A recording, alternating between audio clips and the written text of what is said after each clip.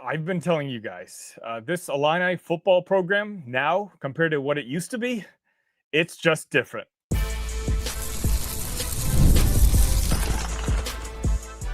You are Locked On Illini, your daily podcast on the Illinois Fighting Illini. Part of the Locked On Podcast Network, your team every day. Welcome one, welcome all to another post-game edition of Locked On Illini. Thank you all so much for making us your first listen each and every day. Today's episode is brought to you by Mazda. Like our players, we sweat every detail because when you make every move count, pulling off the unexpected is only the beginning. Stay tuned later for highlights in this week's Moving the Game Forward. Mazda, move and be moved. Oh my gosh.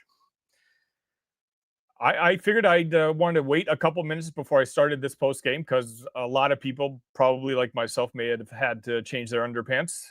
What a game that was. It was creeping towards disaster. Up 14 at the beginning of the fourth quarter, and you almost started to wonder, hey, was there just a little too much time left? And then disaster happened, and disaster happened twice, and disaster happened a couple times in this game. But unlike previous times, Illinois football is in good hands. I can pull up the box score, but I don't think the box score matters as much in these post-game shows. By the way, welcome to these post-game shows. Again, my name is Sonny Verma, your host here at Locked On Illini.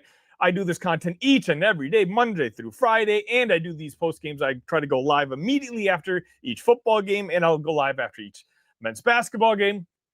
Smash that like button because David Olano is my favorite kicker of all time. It just talk about just ice cold veins. David Olano. There's so many guys I want to talk about in this game. I want to hear your guys' MVP. Let me know in the chat section. Let me know your thoughts. Okay, let's just get over the game real quick. 34-32, Illinois wins. It's a game where, quite honestly, if you watch that first half, look, there's a lot of pressure on Illinois coming into this game. They were a national embarrassment last week. I'm not saying locally we felt bad. Nationally, Illinois embarrassed themselves on TV on Saturday evening on NBC. And a lot of people had counted them out. This you have a homecoming game at home,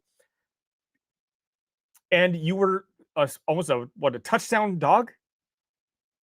And most people, you talk to Trojans fans, I mean, no one wanted to keep it within 10. Hey, you know what? Hand up, me included. I think my predicted score was 38-28. Mainly because I said, Kurt Cignetti said last week that he broke the will of the Illini. And in some sort of ways, I feel like over the past week, he broke the will of a lot of Illini fans. But as I led up to this game, I kept saying, even on Friday's episode, it's time to see why Bret Bielema makes all the money that he does. I can't say this enough. You guys saw it. This wasn't a lucky win.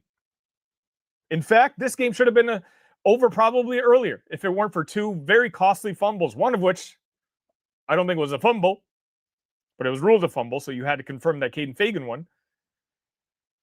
But there's a lot of, for last week, for a team that a lot of people said in the fourth quarter gave up, this team did not give up. A lot of people thought maybe that would carry over to today's game against USC. It absolutely did not. A lot of people said the fan base would not show up. That fan base was rocking. I knew about a dozen people at that game, and they're literally saying they don't remember the crowd ever being louder. Now, sure, Big Noon was there. Sure, Barstool was there. But that's the point. You guys did a fantastic job, those of you at the game, of creating that energy. And then you saw that Illini team enter the stadium, hyped. And again, I have to give credit to Bret Bielema. I have to give credit to Barry Lunney Jr. I may not give so much credit to Aaron Henry, but that's for a later time. By the way, post-game show, remember, none of this counts. This is 24 hours for us to be as happy as we want or as sad as we want. We're allowed to say whatever we want for 24 hours, and then nothing holds true. Okay? So if you're happy, if you think this is the best team in college football, say it in the chat. Nobody cares. No one's going to hold you accountable. right now, there can't be an upset person in here because a lot of us 10 minutes ago thought this game was over. A lot of us had very little faith in that defense prevailing. And you know what? I think it wasn't our defense, but it was our offense. Now, keep in mind, this is against a USC team, which I want to be clear about this, is a very good football team. They, in itself, are a top 20, in my opinion, college football team in the country right now. That offense, I've been watching their tape over the last couple weeks in preparation for this game. They have a very good offense. Maiveo is a very good quarterback. Would Illinois' defense be ready, or were they broken? They weren't broken. Bret Bielema, Barry Lunney Jr., I'm going to say it again, specifically for members in the Talk Illini Discord. Masterclass. Absolute masterclass performance by Barry Lunney Jr. for most of that game. Sure, there's a drive here and there where just like, what are you doing? But you talk about a high-scoring USC offense with a quarterback who's in rhythm, a bunch of future NFL wide receivers, and essentially what you do is don't give them a chance to be on the field. You talk about your offensive line, who even the most biggest optimist was saying they stink.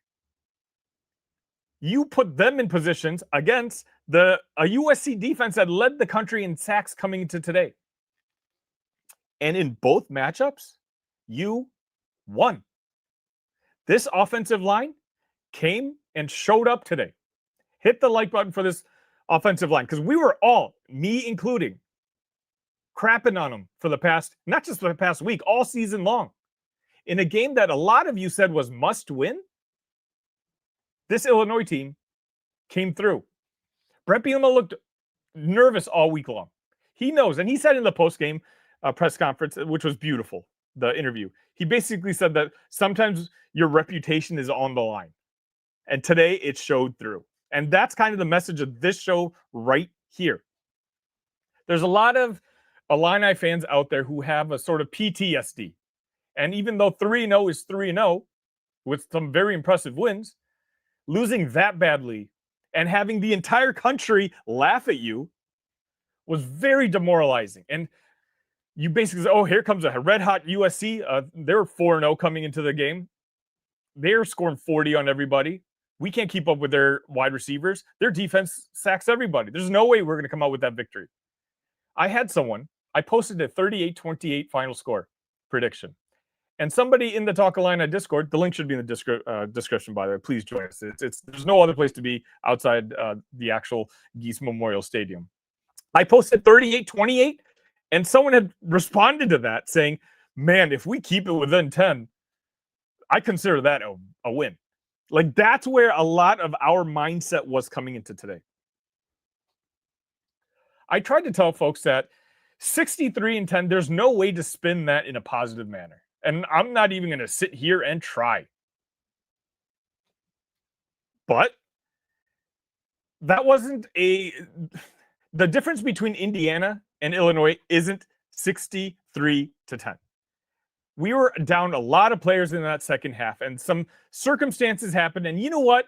You just had a bad football game, a really bad football game. And you know what? It just happened to happen in front of the entire world, the college football world.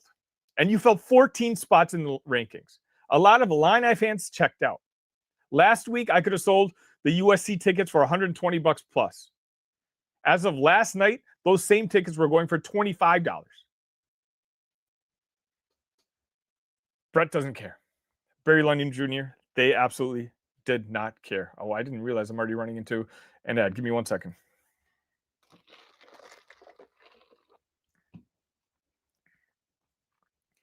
If you have an offensive line that struggles to block and struggles to keep your quarterback upright, what do? Don't put him in that position to block for too long. Make quick throws. Gash into the USC defense. Oh, and by the way, this defensive line that USC has, which is sacking everybody, you know how you can not get your quarterback sacked? By just running the ball straight at them. We talked about, and I've said this all off season long. even though I did predict Illinois to lose this USC game, I mean, I get one back because I thought we'd beat Indiana. I did say that I needed to see the Trojans prove it on the field against a good physical Big Ten team, because they always look like all-stars in the first couple games of the season. They look at their records the last couple seasons. I think it was last year they beat LSU in the first game. That always tends to happen. But when a good, solid, strong Big Ten team stands up to them, I want to see Lincoln Riley answer that challenge. Today was one of those where Illinois, despite being embarrassed last week, came back swinging at USC. And USC was clearly manhandled, out-physicaled. Kaeden Fagan ran so many times right at their defensive line. And again, you can't sack the quarterback if the quarterback doesn't have the ball. And then every time we had such success rushing the ball, you can play action it. Play action it. Luke makes a quick decision. Lots of quick decisions today by Luke. Big winner today. 20 for 26, 328 yards, 2 touchdowns. Oh, by the way, he also had a rushing touchdown. And oh, by the way, he also had a receiving touchdown. It's going to be hard not to make him the MVP of this game. But we'll talk about that in a second. The defense can't sack you. Again, Barry Lunney Jr. just, what was it? The Philly special? What is it? The Champaign special now? Double handoff. Hank Beatty throws it to Luke, scores a touchdown. And then you had moments which were completely demoralizing. And I want to acknowledge those moments because I think that's the overall message of what this show is about right now. Look, I'll go through stats tomorrow. You guys don't care about stats? You can look up the stats. We'll go analytical when I watch this game over again, when I get to take the fan cap off and put the analyst hat on. We had an opportunity to put this game away at the end of the first half. We're driving. Kaeden Fagan gets tackled. For some reason, the referees don't whistle that play dead. We're up 14-7 at the time. Fumble. USC returns it for 20, 30 some odd yards. They review it. And collectively, this is not just Illini fans. Collectively, most of the people watching say, oh, that was probably going to be overturned. For whatever reason, it was not. I'm not going to say that in itself is a bad call. I'm saying I think it should have been blown dead earlier. I think they should have blown that whistle earlier, and then it wouldn't have given time for that ball to come out. USC has the ball, and they drive. And we're all thinking here, you know what? There's a huge difference between 21-7 at halftime or 14-14 at halftime, because that's what it looks like it's about to happen. They drove. And again, this bend or break defense that Aaron Henry played, there's no worse 2-minute drill defense in the country at the end of first halves than Illinois. There's none. There's simply none. We've seen it for multiple years now. But they bent. They did not break. And it was kind of in some sort of way a moral victory that you only allowed 10 points, 14-10, ultimately at halftime. Then you get the ball back. And again, late in the game, in the fourth quarter, when you can essentially close this game out, Khalil Valentine gets the ball. We're playing it in your head right now. I remember that gut punch feeling. Khalil Valentine tries to make a play. Ball gets punched out. Tanner Arkin, who I get is not a hands guy. I get he's the blocker of the tight ends. But when you can't have your senior tight end have the ball fall right in front of him and with just block hands knock the ball away. USC gets the ball back. And then at that point, the inside joke was, hey, let USC score real quick, because then you can maybe get the ball back to win. Like, that's how demoralized everyone was in this Talkalina Discord. That's how demoralized a lot of look, I'm in a few group chats on Twitter. Illini fans, I feel sick. I'm vomiting. Here we go again. People were debating, was this loss going to be worse than the 63-10 shellacking we took last week? That's debatable. But people forget. The two people in charge right now, we haven't had in the past. Bret Bielema, and arguably the most clutch quarterback in all of college football, Luke Altmyer. Again, drove. USC ended up scoring. There's 50 some odd seconds, or maybe a couple minutes. Sorry, couple minutes. My brain is scrambling right now. I think a minute 55. Let me know in the comment section. About a minute 55. And even the announcer said that's kind of a lot of time. And I'm not going to lie, the thought creeped in my mind. You know what? That's kind of a lot of time. But I got to thinking about last year. You know how lucky people point out Illinois has been in the past, in that Rutgers game, in that Purdue game, where they made the ball bounce their way and they were fortunate enough to make the play to score and win the game. I mean, there's only a couple inches between being 10-3 last year and 7-5. And so today I'm wondering, okay, has our luck run out? Does Luke have one more in him? Because this USC game was huge. Again, Big Noon was there. Barstool was there. Luke did it. I mean, the game plan did it. Handing off to Kaeden Fagan. USC's defensive line had no response. And now Lincoln Riley is going to have to go another week with a reputation that, you know what, he's just not built for the Big Ten Conference. I'll be honest. And I want you guys to do the same thing as I'm about to do. Hit the like button on this video. Then when you're done here, when I'm getting off, go find your favorite USC content creator. Because every single one I met over the past week, every single show I was on, I don't think took Illinois very seriously. Now, to be fair, I had us losing by 10 points. But Bret Bielema didn't. Barry Lunney Jr. proves again why I think he should be a head coach next year. And if he isn't, that's our game.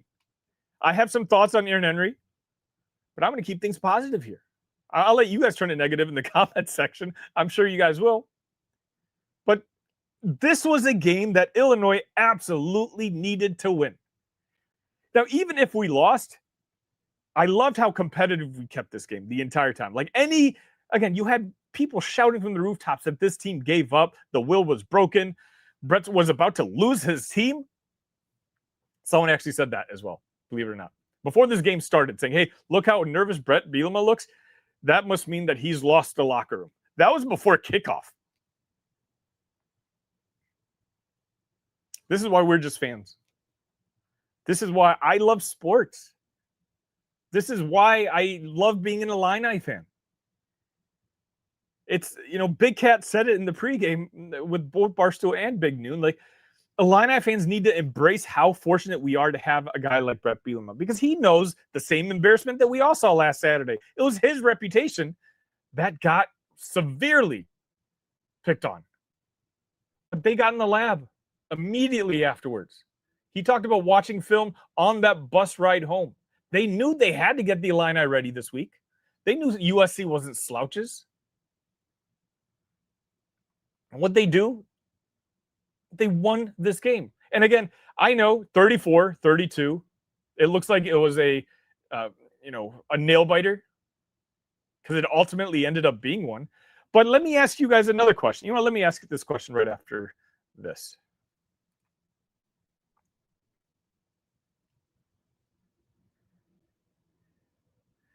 And welcome back. Again, hit that like button if you haven't already. I apologize if I'm having a couple issues. I'm going to get to your comments in 1 second.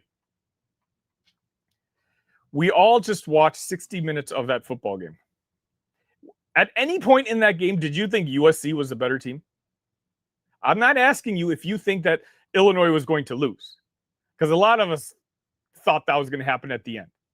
But did you watch that full football game? And at any point, did you think that USC, who, by the way, was a 6.5-point favorite on your home turf, who was the hot pick coming into the week, who everyone else was picking to win by double digits, did you think USC was a better team on the field today?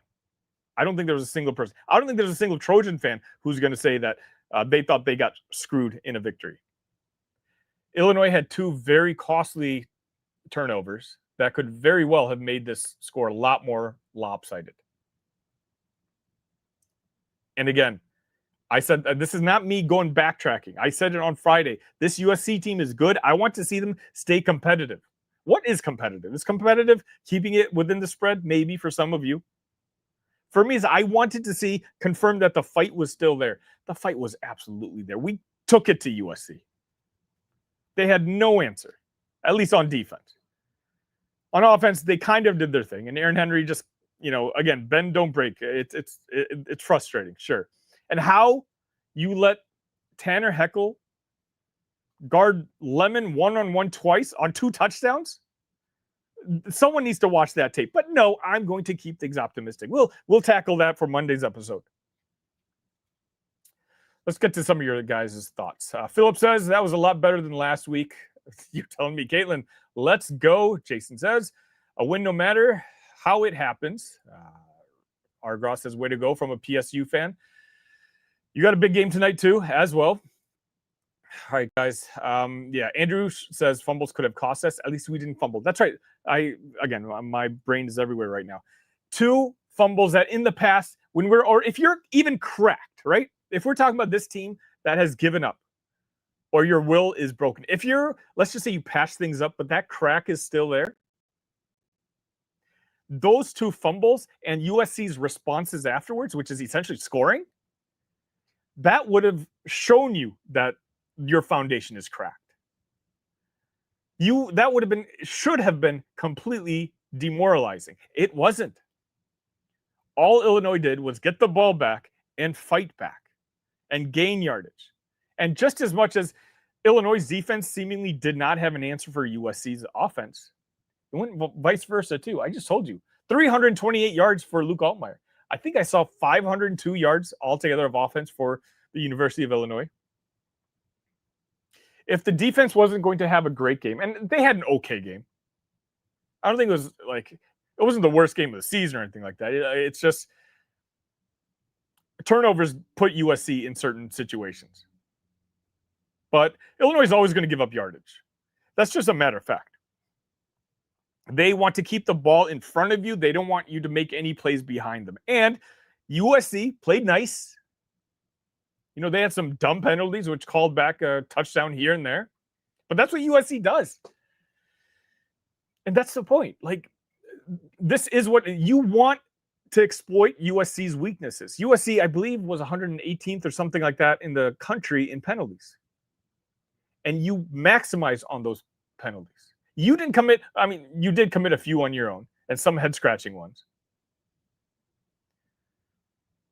But you took care of business today when the entire world, including a lot of your own fan base, did not think you would. Jason is saying the right word. He says, go smash that like button. Czar says the D-line was getting pressure. There were literally a dozen times where the defensive back just had to make a play on the ball, and they couldn't. Yeah, I don't have there's some issues with the defensive line, but I will give Aaron Henry a little credit here. He blitzed, and he attacked Mayava a lot more than he would have in quarterbacks past. And I think it helped. Now, the people I was watching this game with, and by people, I mean my 4-year-old son, I'm watching the game on my phone because I'm at a wedding ceremony this morning. And I'm like, Mayava's good, but he keeps throwing it into traffic. We're going to come down with it one of these games. And I know, I get texted in my group chat, your team messes with voodoo just because of all these turnovers we get. The same thing happened with Duke. But it's not by accident. I called that Mayava would have an interception. Was it just 1 or 2? Yeah, just 1 interception today because he kept making the same sort of throws. And I'm like, you know what? Our guys will come down with it once. And trust me, my 4-year-old was very impressed when I said that. Jay said this team has to constantly blitz if they want to pressure on the quarterback. Sure is not going to get it from your D-line. Yeah, you're right, but you know what they did? Previously, they have not, and we've gotten no pressure on the quarterback. Today, they made adjustments, in particular in that second half. And guess what, guys? We played zone defense today. Zone defense. We stepped away from man-to-man, which was 100% the right call because of the talent that USC has. Almost gave it away. Big drive at the end may save the season. Maybe, Kurt. Again, a lot of people said this was a must-win game. But as Philip says, we won. And the officials absolutely made some terrible calls. But, It's hard to count on the officials one way or the other. We're going to get calls some weeks, some weeks we're not. Michael says 95 points given up in 2 games is not sustainable. I don't know who. I don't care who they are playing. Mikhail, I think I said it wrong. It doesn't matter who you're playing. It absolutely matters who you're playing. That Indiana game is what it is. Holding USC to 32 is nothing to brag about, but it's nothing to feel bad about either. This USC Trojans offense is very good. And they've got legit pro-level talent at quarterback, at offensive line, and at wide receiver, and running back. It literally all over, scattered all throughout their offense. 32 points. They only had 10 in the first half. I do think it's more impressive than you are giving it credit for. And Travis is saying what I was saying earlier. Take those 2 fumbles away, and Illinois wins by 2 scores. Great that we pulled it off, too. And the thing is, we all know that. That's what was so frustrating about this game. When USC came back and scored with 2 minutes left, and we were down 1, the heartbreak that was starting to sink in after last week's debacle. We lose again, but this time maybe in a worse way. But it didn't happen. This team didn't give up. MVP has to go to the offensive line, if we're being fair and honest. Only gave up 1 sack to the number 1 sack defense in the Big Ten. Jason, I love that call. Who do we give it to? You know, I'm just going to have to give it to Luke Altmyer. He did everything today, and there's a lot of people calling him out. People saying that Luke Altmyer is a good quarterback, but when the competition gets to a higher level, he becomes an average quarterback. And when you look at the stats, it's kind of hard to dispute that. But the thing is, if you look at strictly by stats, sure, Luke is an average quarterback. But that's not what makes Luke Altmyer special. What makes Luke Altmyer special is that if you're down in the 4th quarter and you need a drive, you need a play to be made, you have a quarterback that can make it. There's a lot of teams in this sport that don't have that same confidence. The announcer said it. 1:55 left. Is that too much time for Luke? I thought so. It creeped into my mind. My MVP, yeah. Luke, again, 20 for 26, 328 yards, 2 touchdowns passing, 1 touchdown rushing, 1 touchdown receiving. Alex says Illinois won a lot more than 2 points. And Matthew says, I really thought they blew it with that fumble. We all did, Matthew. You're not alone there. You are not alone there. Andrew says 122 watching, 36 likes. Come on. Let's give Sonny props. Not me. I mean, I love coming on afterwards anyway. And I'm sure you guys can sense a tone difference from last week, from Indiana to this week. My Discord knows I was at a wedding ceremony, so I was watching this game on my phone until midway through the 3rd quarter. I love coming on here because I love to share the misery of the lows like last week, but I also love to share the highs like this week. St. Dominic's nailed it. I mean, this is what it's all about. Bret had the team ready to go. Kurt, you might be right here. MVP Bret getting these guys ready after the butt kicking that they took last week. A lot of people saying Gus Johnson was not good. I didn't listen to the audio, so I can't really say much. But guys, I get to watch this game now, more relaxed. I'm just going to say that what I said at the beginning of the show.